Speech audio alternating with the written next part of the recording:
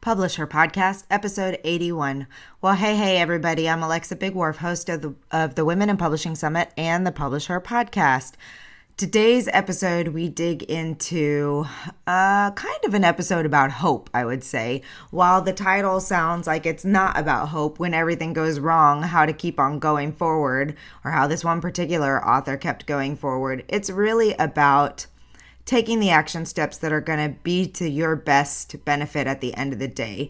When I speak with Gloria Coppola in this episode, you'll hear that she had some pretty big challenges to overcome with the publication of her first fiction book, but she kept charging ahead, and at the end of the day, she had a really wonderful experience despite the headaches of getting there. So if anyone else is struggling, we hope that this episode will show you that it's okay when things happen if you're willing to just keep getting back up again and doing what you need to get going. Gloria also runs some writing retreats and some other special things, and it was a really fun interview with her, and she's such a positive spirit. I just think you're really going to enjoy this episode. So before we get into it, I just want to remind you the Women in Publishing Summit is coming up very soon. If you're listening to this live when it is publishing on February 8th, 2023, the Women in Publishing Summit is a virtual event that runs March 1st through 4th of 2023. It runs the first week of March every year. And we are super excited about our lineup this year. We've got so many great speakers coming to talk to us about writing craft and publishing and production and routes to publishing and editing and marketing and business growth and all the things that authors, regardless of the genre that you write in and regardless of where you are in the process, are going to just learn so much. But it's more than just learning. It really, truly is about community and about finding people like Gloria, like so many of our other participants who are really in the thick of it and moving their way through. And we come together, we build community, we network, we find opportunities to support each other, to come together, to learn together. We've had some really exciting pre-conference events already happening, and we hope you'll head over to womeninpublishingsummit.com today and grab your ticket. And I have a special deal for you if you use the coupon code 50 off WIP23, you'll save an additional $50 off of the early bird pricing. That's 50 OFF WIP23. Head over to womeninpublishingsummit.com today and grab your ticket. If you can't attend the conference, go to womeninpublishingsummit.com anyway and click on our events page. We have a free webinar every month, sometimes more than one, and other exciting events that you can participate in, even if you're not able to attend the virtual conference. All right, enjoy the show.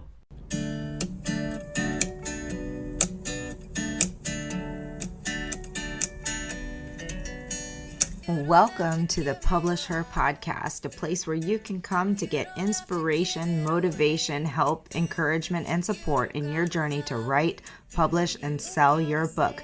Hosted by Alexa Bigwarf. 'Cause I've been where you've been, and I felt what you're feeling, and I don't want to get in your way. Welcome to another episode of the Publish Her Podcast. I'm Alexa Bigwarf, your host, and I'm really excited to bring you my friend and colleague, Gloria Coppola. She is an educator and life coach, award-winning educator and best-selling author, and has been inspiring individuals to heal and reach their potential for 3 decades. She loves to travel, host retreats. She has 2 kids and 4 grandkids, and her sidekick is a Maltese dog. Gloria is an intuitive empath and visionary. She takes on challenges, and even when they may be harder than expected, she does not give up. And we'll talk about some of those challenges of publishing her first fictional book as we get into her first fiction book as we get into our discussion. Her newest and first fiction book was one of those challenges. After a whirlwind book tour in Italy last September, she had the opportunity to speak to 65 high school students. They wanted to know how to address life challenges, and they loved Lexi, her main character. This opportunity showed Gloria that every challenge has a greater lesson, and we will dig into some of those and the lessons that you learned. But thank you so much for being here with us today to talk about this topic, which is kind of fun now that we're past all the frustration, right? Yeah, I think you and I had a similar experience in life. So yes, we know what that's like. And I think we can relate to our authors out there really well. So you were writing nonfiction and working with nonfiction authors and doing your writing retreats and doing all these things. What made you decide, okay, I'm going to write my first fiction book? Well, actually, I've worked with fiction authors, even though I was a nonfiction writer. Okay. Okay. But the reason I did it is I took a challenge about 2 years ago. There was a short story challenge, and you had to write a fiction story and you had to do the ending. And so I played with that and I sent it to the editor that I work with. And she went, "Oh my God, you have to write this book." And I thought she was a little crazy. But anyway, I decided to take that challenge a few months later because I wanted to know what it feels like to be a fiction writer and be in that seat so that when I'm helping other fiction writers, I kind of know what they're going through. Yes, that makes a lot of sense. And you learned some big lessons on this. It's funny because I went, as you just alluded to, I went through a similar journey where I've been writing nonfiction books for a long time and then decided I was going to write my first novel and really got some good insight into the differences and how challenging it is to write great characters and a great overall plot and all of those things to have people engaged with you. So tell us about some of the things that happened during your journey and some of those key lessons that you learned. Oh, where to begin? Well, I thought it was going to be easy because I had 40 years of journals of travel and experience. And I decided to take a lot of that and just make it, my fictional life with the character Lexi, which people fell in love with. And I think that's an important thing for all writers, is to make sure they fall in love with your main character, even if your plot's not the best. I received a lot of great feedback along the way. I learned a lot as a fictional writer along the way. But yes, there were challenges. But the thing about me, Alexa, and I think you can relate to this, is, we have tenacity. We don't give up. And there were many times, even at the very end, that I wanted to give up. But in the beginning, I was having fun. And I think that's really important for all writers. Just have fun. If it's really getting grueling because people have a lot of input and they don't like it, you know what? Back away from all the voices outside of your own head and connect with your character. And that's what I did with Lexi. She taught me a lot of lessons. Even at the end, I had to go back and remember what her journey was about. Brought up, New York City, Italian Catholic girl with a strict father who wanted perfectionism, and that played a theme through my entire journey, Alexa, right down to hitting that publish button.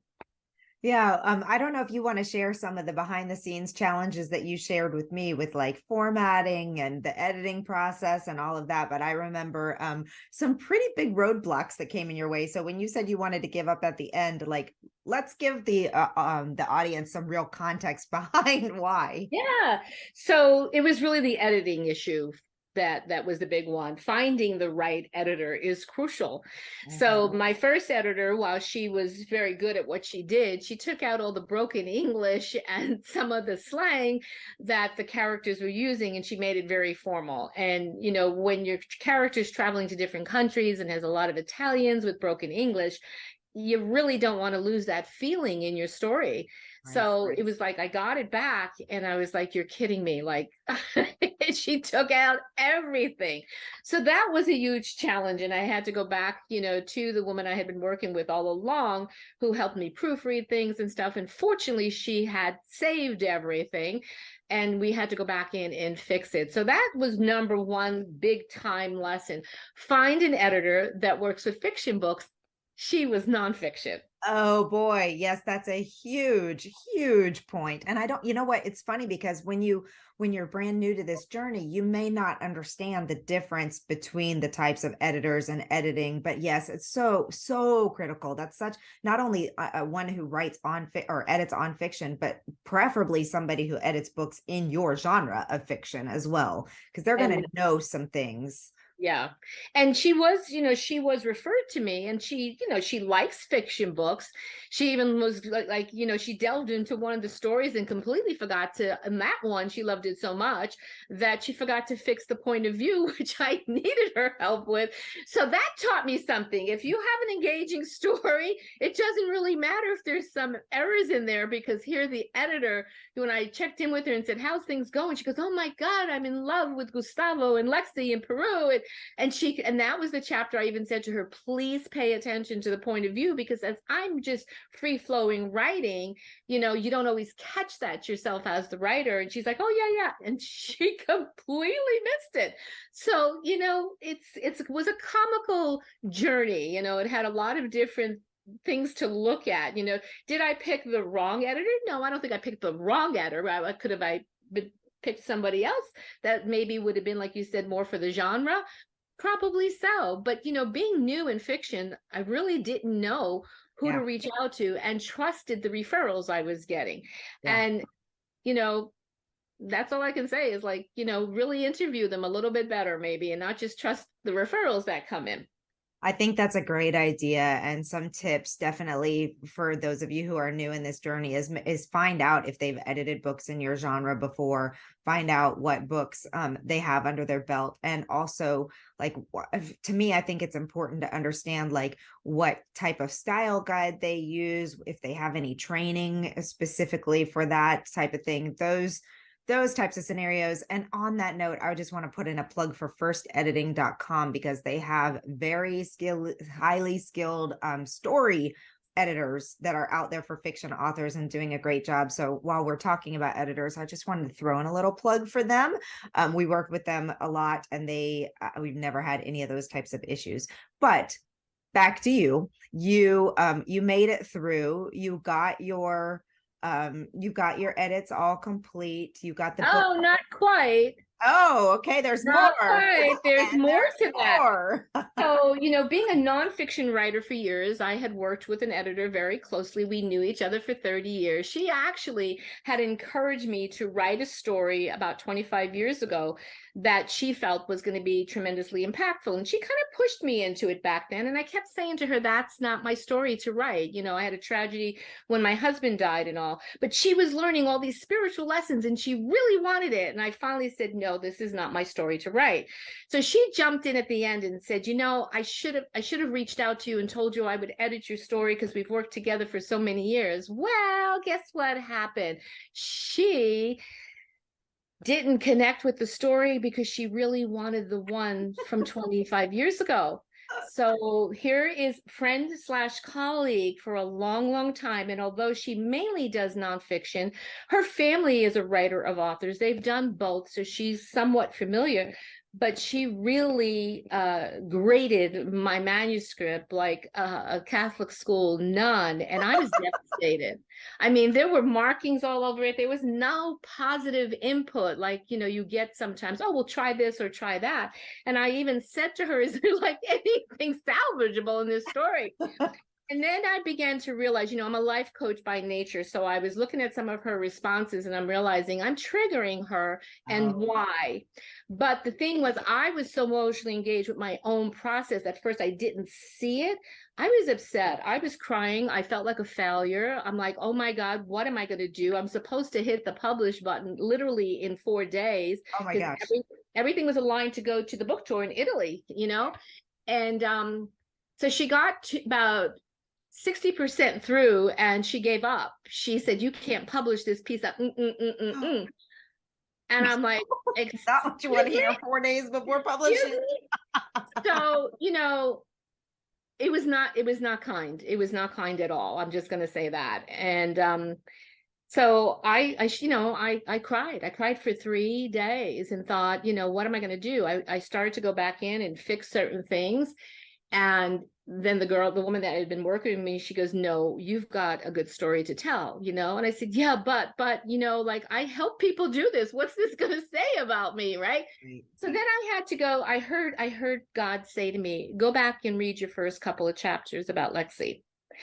And I thought, with all the counseling I have had in years, I thought I had healed the perfectionist mode that Dad, inflicted upon me, because you were never good enough. You could have the perfect story and it wasn't good enough. And that's when I realized that this woman was triggering that old cord within me that I still needed to heal. I also realized that, I was triggering her because a lot of the stories had to do with relationships and failed relationships, and then the main character finding herself through travel. Well, this woman is never been out of her hometown, basically. Yeah. and never experienced anything like this character. So she was getting really upset about a lot of personal things in her own life that I knew. So anyway, I read the first couple of chapters, and Lexi reminded me about that perfectionist gene that was inside. And I was meditating and praying for, the strength. But, Alexa, I'm usually the one on stage or with my writers. My thing is always don't give up. When I'm live coach, don't give up. So I'm sitting here going, well, if I give up, what does that say about me? Yeah. So that gave me a little bit strength. And then I said, but what if I publish it and they hate it? And I thought, well, I'm sure I can create a story out of that experience. And so here we are today, right?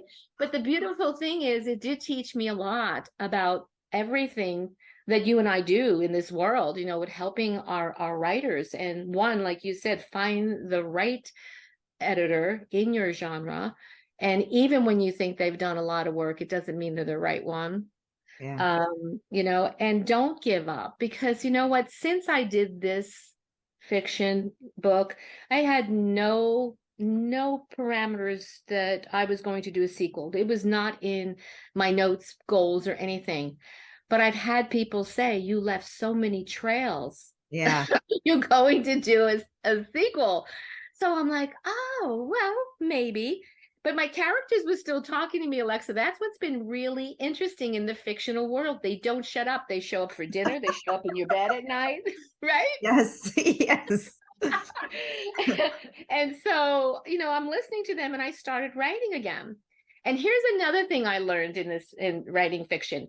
I had given the first several chapters to some people that are authors and stuff to read it and see if I was moving in a good direction. And 3 of those people said to me, you mentioned Lexi has a brother, but you don't mention his name. Well, I thought to myself, well, I don't want him in here as a character. However, I also know you have to give your readers some things they want. Right. So I gave him a name. Guess who opens up the sequel? The brother. So who knew? Who knew? There you go. Well, you have to tell us what happened then, because we're all sitting on edge thinking, oh my gosh, 4 days before it's supposed to publish and you just had your manuscript torn apart. So what happened? I basically had to find the courage and the faith within myself to hit that publish button and just say, let it be whatever it's going to be. All right. And then I realized I was watching a lot of authors out there. And, I've read some of the books. They're so-so. They're new authors. They're so-so. You and I are new in fiction world. We know we can improve, right? Yeah. Yep. Everybody's. And I thought, wow, they're proud of their work. Yeah. They're not letting anybody stop them. And that was a big gift for me, because I was proud of taking the challenge and putting myself through that whole roller coaster ride of developing this, and then the emotional part of it through every step of the way, because the stories are also healing for those of us that write them. Right. And then, I did publish it. It did win 2 awards. The cover twice now has won awards for best cover. And I thought, okay, can't be that bad, right? Or it wouldn't have shown up at all in any of these categories. And then I thought, you know what? I'm going to take this opportunity to learn how to grow as a fictional writer. Mm-hmm. And that's what the journey has been about since then. This was perfect, because I know a lot of writers out there struggling for plot twist and stuff. Right. And I tend to see that when I'm looking at somebody else's work, but we don't always see it in our own. So I had a story development coach look at my first chapter for the sequel. And the first thing she said to me was, I love the way you write. And I went, oh my God, where was she? Right. This one, right? And so that put me at ease. And I'm like, really? And so, what she loved was the character. She says, you're really good with characters. And that's what has helped me through this entire journey, is when I was in Italy, 65 students fell in love with Lexi. The teachers fell in love with Lexi. Matter of fact, one of them has read the book 4 times. Oh my goodness. And now has found the spiritual component to the story versus just briefly reading over the top of it, which is what most people do. Right. Well, that's exciting. And what a great validation for you too, to say that, some of the feedback that you got obviously wasn't necessary. So there you go. If people are loving the story, that's what really matters, is what the readers feel and believe and connect with. Let's talk about this tour to Italy, because I followed along as you were doing it, but I was in the whirlwind of publishing my book as well, so I didn't get to follow along quite as closely. But I'm just dying to know, especially as someone who wrote a book based in Paris. So I'm like, how did you organize all of that? How did that come to be? Tell us all the scoop. Well, the good thing is I'm a retreat leader for 30 years, so I know how to do those things. I know about sponsored travel. And I reached out to a couple of the people in Italy and said, how would you like to be in my book? And I had gone to cooking school in Italy years ago, and I presented that to them, that they could have the opportunity to be mentioned in the book fictionally, with the character. And would they be willing to give me a cooking class and photos that we'll do, and stay in their villa, which is gorgeous. And they said yes. They were so excited. Little did I know, when I showed up with my two friends, that we were going to be cooking for 16 people. And so that it was actually really fun, and so being in that space again with the character, and then kind of flirting with the chef and all, we had so much fun. So everybody got to see who Lexi was, which was about 40 years younger than I am, right? And it also did something for me, Alexa. It brought back that life force and joy for me to do this from that level. So that's where we started. We started in the cooking school. And then I needed to take Lexi, obviously, to Tuscany and Florence, because that's where the scenes open up. And then one of the other places we went to was on the Adriatic coast, Les Marques. And I, again, had a retreat planned there. So I reached out to the owner, the host, and I said, what if I put a romantic getaway weekend story in the book, and they visit your place? Would you exchange a couple of nights for me to be there? And also, I have a retreat there, so I want to see it. I want to eat the foods that you make, all of that. So she was excited and said yes. So then we got to be there and stayed, in this beautiful, quaint medieval town. And then the story originally, the first chapter I told you I wrote as a challenge, took place actually in a small town in southern Italy. So I had to go there and experience that for the first time. And the people that, I swear, we're all divinely aligned, made everything special. And because I was promoting this on social media prior, you and I look at book launches, like, when do they really start? And I even took one of your trainings, it starts like 6 months before you're even done with your book, right? Well, as a result, that's when the teachers from this one town in Italy got a hold of me and invited me to come to speak. Then once they got the book, the copy of the advanced readers thing, they read it and they got on a Zoom with me and they said, there are so many lessons for young adults in here. Can we invite the high school students? I'm like, yeah. Now you have to understand, this was a voluntary thing for these students. Right. 65 of them volunteered to come and were prepared to ask Lexi questions. And at the end, they came up and they hugged me and told me they loved Lexi. And I was just like, I was verklempt, because I was still wondering, is this going to all work? And then I realized that I was helping young adults. Yeah. And that was powerful. That's such an amazing story. And you have my travel vibes, and also kind of inspiring me again, because I want to get back to the feeling that I had. I completed my book in Paris over the summer. I needed to be in the setting. I needed to be there. I needed to write. And since that has happened, I've come home and gotten back to normal life, and normal life is hard. And there's things and I've been kind of down in the dumps like you experienced right before your launch. And just hearing you talk about this is reminding me of how I felt when I was in that environment and when I was super connected to my book and to my characters, and I'm ready to go get right back into it again. So thank you for that. Well, I'm going to Paris in March because my character told me I have to go. Well, so, you got to do it when your character tells you to go to Paris. It's mandatory. Yeah. So in Too Many Goodbyes, there's a young girl that comes in towards the end that becomes the adopted granddaughter of Lexi later on in life. Her name is Selena. And Selena and Lexi's brother, Danny, become a big part of the sequel.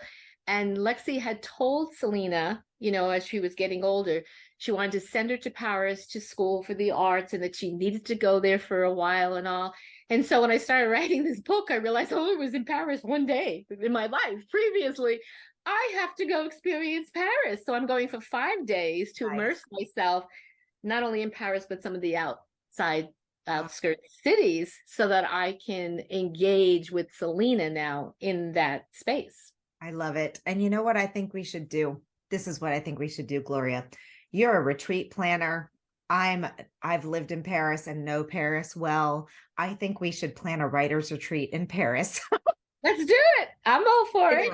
So listeners, email us if this is something that you're interested in, so we know if there's people who want to go. And oh my gosh, how fun would that be? I can guide the tour. You can do your what do you do in your retreats? Let's talk about your retreats. Well, my retreats are very experiential. So instead of sitting and writing all day, I want people to experience. Like I have a retreat right now coming up in Italy this summer, and you don't have to be a writer to join it, but if you have a desire to bring a passion, unlock imagination, then I'm going to have experiences you're actually going to want to write about. And maybe it's not right now, but like for myself, I experienced so many countries, for decades, that I was able to write Too Many Goodbyes because I had journals. Yeah. So, they're going to have a journal, but like I'm going to do different things where they have to use those sibilant words and really get into the juicy stuff when they're eating foods or when they're experiencing a cave and going inside and maybe even thinking about ancestors from years ago and what was their experience, And so being a life coach and also having a spiritual background, I do meditations and all, but I'm a fun person. I like to have fun. So one of the things that I'm going to do, they're going to go shopping. They're going to get some money and go shopping to the grocery store. We have a whole exercise around food and what they have to do and create. And then, everything, it's like, how do we see things differently? How does our perspective change being in a whole different part of the world versus just being excited and being a tourist? Right. To me, travel's never been touristy. It's always been culturally and getting to know the people. Yeah. And so I think that's important, especially as a writer, because how can you describe these places really, if you're only going on a tour bus and going around and checking things out? It's very different than someone basically taking you through, like we're going to have a cooking class with pasta with a 3rd generational family of chefs. Wow. At their home. Oh, wow. At their home, And so these are the types of things that people will experience versus a big cooking school. Right. Get them into the culture. Yeah. Oh, I love that so much. And those experiences truly do open you up creatively and emotionally. I mean, I know that was a big part of my trip this summer was I needed that creative and emotional part of me opened back up again after a really difficult year. And yeah, so I think that's beautiful. Where can I'll put it? I have the link and I'll put it in the show notes for anybody who wants to check it out. But will you go ahead for anybody who's not able to access the show notes, tell them where they can find out more about your Italy retreat? Yeah, I only have 2 spaces left. So well, you better find out fast then. So here's what happened. I created my website, gloriacoppola.com/Italy in lowercase. And that was the first week. But then I did an extended option, which is not on my website because I had so many people asking about the places I went in the book. And they wanted to experience some of these towns in southern Italy. So I found another private property that I'm working with the host there, and I can only take 6 people. So this is not massive. I don't do big retreats, and it's all VIP. So there's comfort, there's luxury, there's excursions, there's private drivers, Wow. We have private chefs, and when we go to southern Italy, we're going on a catamaran cruise on the Adriatic. We will go to, here's another thing about ancient. We're going to a town called Matera, which a lot of people have never heard about. And way back in the ancient times, it was, they lived in all these caves in the mountain, but it was a community of goddesses and healers. And then they got wiped out pretty much basically by a pandemic, and everything was trashed in that particular area for centuries. Well, then they began to rebuild it, and it is so beautiful. and it's become now a gem of Italy, an up and rising gem. And they have found, even in one of the caves, they found the what you call it, the skeleton of a woman who had been pregnant, one of the goddesses. So there's all this history there, and I didn't get to spend enough time there. So I convinced the host on the second optional treat to take us there because it's a little bit longer a ride. And he's Oh, like, yeah, we wow. could do that. So that too, getting back into history in your own cells, in your own genes, that's another big piece. And I work mainly with women, although I've had men come on my retreats as well, but it's mostly been women. And I really love to look for the off the beaten path places, the different experiences that one can have versus just going as a tourist. So even in Paris, I've already arranged some things that, and there's a photographer going to do a photo shoot for the girls in the collaborative book I'm releasing actually really soon, Women Standing Strong Together. So 2 of the European gals are going to meet me in Paris, and then 2 of the girls in the US decided they're coming. Oh, wow. And I hired a photographer to do a photo shoot for them, but I also hired her to do one separately for me for the sequel, but I don't want it near the Eiffel Tower because that's cliche. Selena is going to be living there. I want her in the cafes. I want her down the streets. I want her in flower gardens. I want her where the locals hang out. Mm-hmm. So when we do retreats, these are the things that are important, is to have people experience the regions from the perspective of locals too. Yeah, that's really, it sounds amazing. I am excited for you and for your attendees. I just looked at the website earlier and it looks like an amazing experience. I wish that was something that I could do because, oh, well, come for the week. You need it. I wish I could, but that's right after summer vacation ends, and I will be back with my kids and school's starting in that time frame. Yeah. But next time, and then of course we'll have to talk more about doing our Paris retreat because. Well, let's talk about that one because everyone keeps telling me next retreat. I've been doing retreats for 30 years. I'm at the point in my life where there's a lot of work that goes behind these retreats, okay, to set them up and make them stellar for people. And I don't know that I'm going to do any more the way I've been doing them, but I'm willing to do them in collaboration. If you want to do something, I'll do that because it's a lot of work. It is a lot of work. I've set up a very small retreat before, and I know how much work went into that for a 3-day weekend that was 2.5 hours away from where I live. So I can only imagine, just based on your website, what level of effort you have put into that, and it looks incredible. So more power. Just congratulations to you on creating such a wonderful looking event. Thank you. All right. Well, and you're doing you mentioned you're working on your sequel, so that's great. So what else do you have coming up and going on that you want people to know about? Well, on February 18th, I have an authors summit for the 14 brave and courageous women in Women Standing Strong, Volume 2. So that's coming up with a couple of special guests that have written books prior, including the artist who did the front cover, who's amazing. So there'll be giveaways, there'll be prizes and all, and I'll be streaming it live on my timeline, but also in my writers group, Write Your Heart and Soul, from your heart and soul. And yeah, so that's coming up. And I love, like you, I love to showcase my authors out there. So this is part of that. We've been doing author interviews, so you can find them on my YouTube station as well. So yeah, What's the name of it's your? under my name. It's under my name, Gloria Coppola. Yeah, for some reason the one I had, it disappeared and I had to start over again. I had thousands of subscribers and it disappeared. No. Yeah.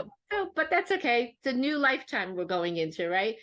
So that's up. And then, so we got the release of the book coming up in March. We got the Authors Summit February 18th. I'm going to Paris the end of March.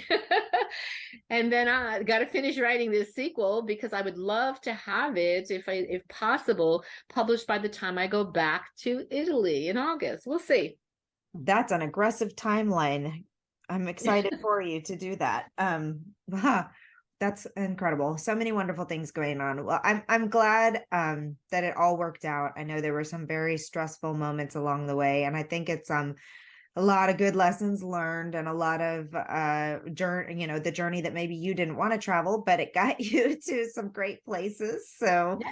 And I'll be a better writer as a result of it all. That's what I got out of it too. It really is important that people love your characters, so make them real, authentic, and relatable, yeah. and they're not always goody two shoes, So if somebody is looking for that, they may get offended by some of the things you have to bring out with your character.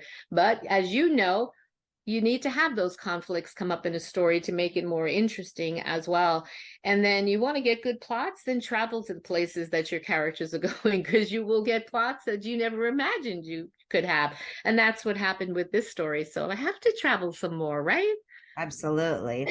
Well, I also want to take a moment to thank you for being a friend level sponsor of the Women in Publishing Summit. We appreciate your support very much for that. And do you recall what your special gift is for attendees, or your offer for attendees? If not, I'll put it in the show I notes. believe when I discussed it with your assistant, I believe we're giving them an intentional writer's journal that they can download. Oh, I love that. Wonderful. Yeah, Okay, it is so it's available for sale, but I'm giving it for free. They just can download it and print it, and it gives them, different tips along the way for writing, some writing prompts, some things that will help them open their imagination, a couple little steps here and there. But the main thing, is get into action, no matter what it is, right? It's like, what are the action tips people say to me all the time? Get into action, write, just write. And when you say you don't know how to write, write your name. Write Right about, I did this with one of my girls 2 years ago in a small retreat here in North Carolina. She says, I'm stuck. I said, write about being stuck. Mhm. And she did, and a whole new story developed. So my tip to you is take a deep breath, 3 deep breaths, ask your character what they want to say, and just let them say it, Yeah. and every time you're stuck, write about being stuck. Oh, I love that. Okay, well, if you want to get her free intentional writing journal, make sure you sign up for the Women in Publishing Summit, and all of our attendees will get access to that. Thank you again, Gloria, so much for coming and talking about your story and sharing the journey, and really highlighting some of the things that we need to be looking for as we're moving forward in our journey. And I'm sure next time around you'll have a much better editor, a better fit. I have a better fit already. I have a better fit already, and and I've learned a lot about the whole process. So, yes, I think everything you learn in your first book, take it into the next. Don't stop. Absolutely. Well, thank you so much. And I look forward to seeing everything else that you do and what Lexi's journey takes her on this next year as well. Me too. So yes, let's get together and plan this retreat for everybody so that they could have fun and learn how to write from a new perspective. I think you and I can really put something special together for them. I would love that. All right. Yeah. Thanks, Gloria. Thank you for all your support. You don't have to give me your heart. You don't have to give it away. You don't Thank you for joining us on the Publisher Podcast. We hope to see you back for the next episode. Great, huge thanks goes to Jasmine Commerce for the use of her song. You can find Jasmine on SoundCloud. Go check out all of her music.